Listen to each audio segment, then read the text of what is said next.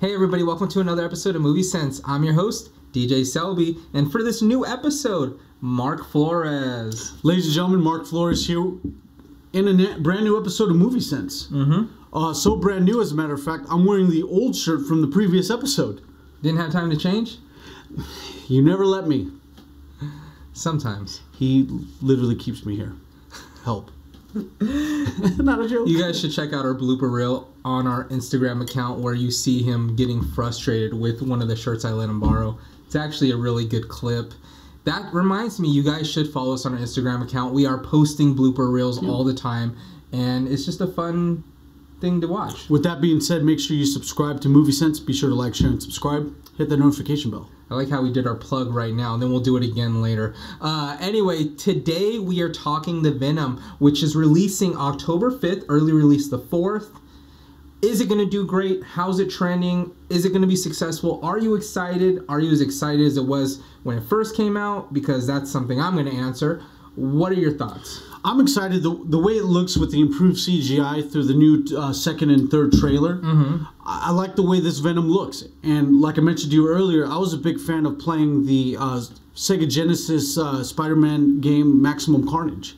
And the fact that Venom does sound like, in the video game, he does sound like ooze. He just sounds like when he talks, sounds like there's a bunch of like mucus in him. And then like when he moves around, it sounds like he's walking goo. So that realism, that authenticity is something I enjoy because it actually translates throughout my childhood. So there's a lot of that riding on this movie. Yeah, so when you're talking CGI cinematography, it's looking good, it's looking improved.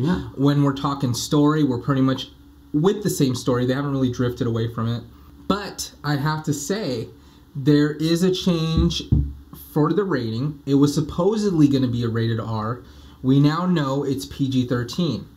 Now, the thing about this is that Venom is not a light-hearted character. Right. You know, in the comic books, there's a lot of gore, there's a lot of violence, blood, everything that you can think of, and a little bit of cussing. So why translate it to a PG-13 movie?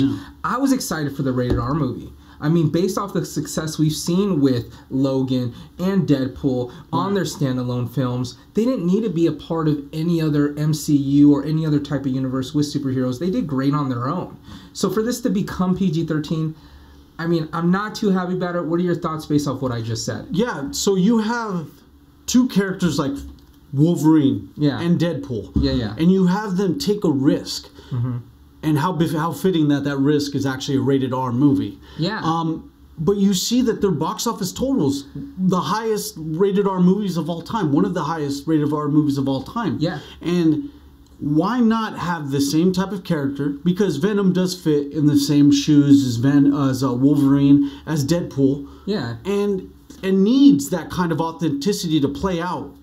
Absolutely. You need that rated R brand with a character like Venom. The fact that they're doing PG-13 only tells me that in the vast desert that is October movie month, that you're just trying to capitalize on grabbing a bigger audience by going PG-13. Right, and I'm not very excited about that aspect of this film. One thing that I noticed too, and that you noticed, we talked about this, is that advertisements, promotions, the whole marketing aspect campaign for this is not as high on, you know, the scales as it would be with other comic book films. They're not really pushing for it as much, which leads me to believe, do they have faith in it? Are they trying to squeeze every penny they can? Are they trying to get, you know, a higher return, you know, on investment? What is going on with that? Well, if you look at the month of October, you realize that Venom is going to be no stranger amongst these other blockbuster hits. I mean, you have Goosebumps 2 and Johnny English Strikes Again. Yeah, I mean, you're going to have a real big competition here. But to play on that sarcasm aside, you have a desolate month of big blockbuster movies. And you have Venom being the only Marvel movie within that month.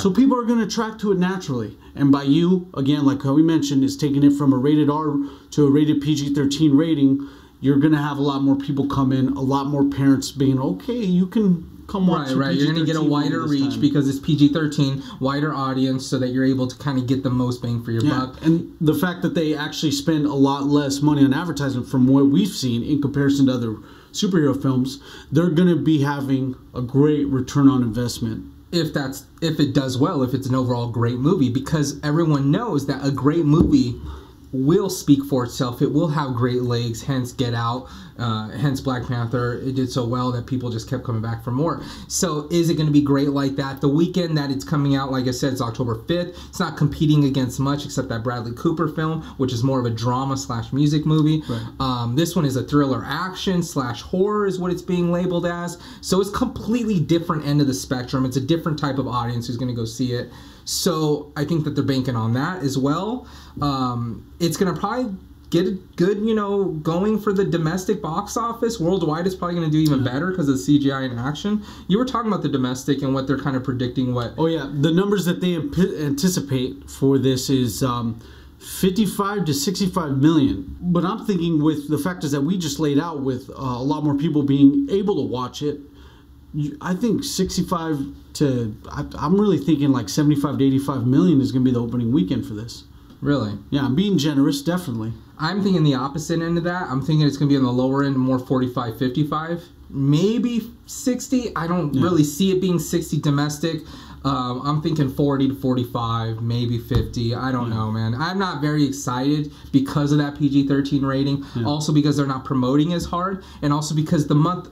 they're not competing against a whole lot of big blockbuster hits. Yeah. So, I mean, that leads me to believe that they're banking on a lot of variables that aren't the fact that it's going to be a good story. Exactly. They're really depending on something else outside of the movie. Outside of the movie. And that's what worries me about these kind of flicks. Like I said, this could have been a great standalone film. I know that they were looking at maybe seeing the success of it and basing off of that, maybe entering the MCU with his character. Right. He doesn't need to go into the MCU in my book. He really doesn't. We already got Spider-Man, Peter Parker, so we're good, I feel, as far as the movies with the Marvel and Sony combo, tie-in, or the Fox, whatever you want to call it. Yeah. So as far as that goes, I'm not looking forward to it as much as I was when I first saw it. Again, some of the cast listing is pretty exciting. We do got, like we said, top billed actor Tom Hardy. Michelle Williams is going to be in this. Jenny Slate. Riz Ahmed, he's playing the villain. And then Woody Harrelson does not have a character listed yet on the IMDb cast list, which leads me to believe that he might be Carnage, which would excite me if that's the case, because I want to see Carnage in this film. So far, the trailers aren't really lending an ear to that, but that would be nice to see. What are you thinking about that? I mean, a lot of people are always surprised to see a little Woody somewhere. Going off of that, I agree. It wouldn't hurt. We'll see what he plays in this movie. I love his style and what he brings to the table, which is kind of cool because the director actually was he directed Zombieland. So Woody Harrelson was in Zombieland. He's in this movie. That's kind of cool. Maybe he's brought in because of that reason. I don't know. The tie-in could be there. But yeah, that's what I'm expecting. My final thoughts is that domestically it's not going to do as great as it would worldwide, and it might not be what every fan was hoping, or it might just be that. Who knows until we see it. If you guys have any comments you want to leave about this flick, if you're excited, please let us know. If you're not as excited as before and you agree with me, let me know, so I'm not the only crazy person taking crazy pills. Well, maybe, just maybe, to fulfill that PG-13 rating, what if at the end of the movie you have one of the mid-credit scenes that you have a slow pan up with Spider-Man, and he just looks at the screen in full Spider-Man suit, so it's not Tom Holland's face, but he goes up and he just says,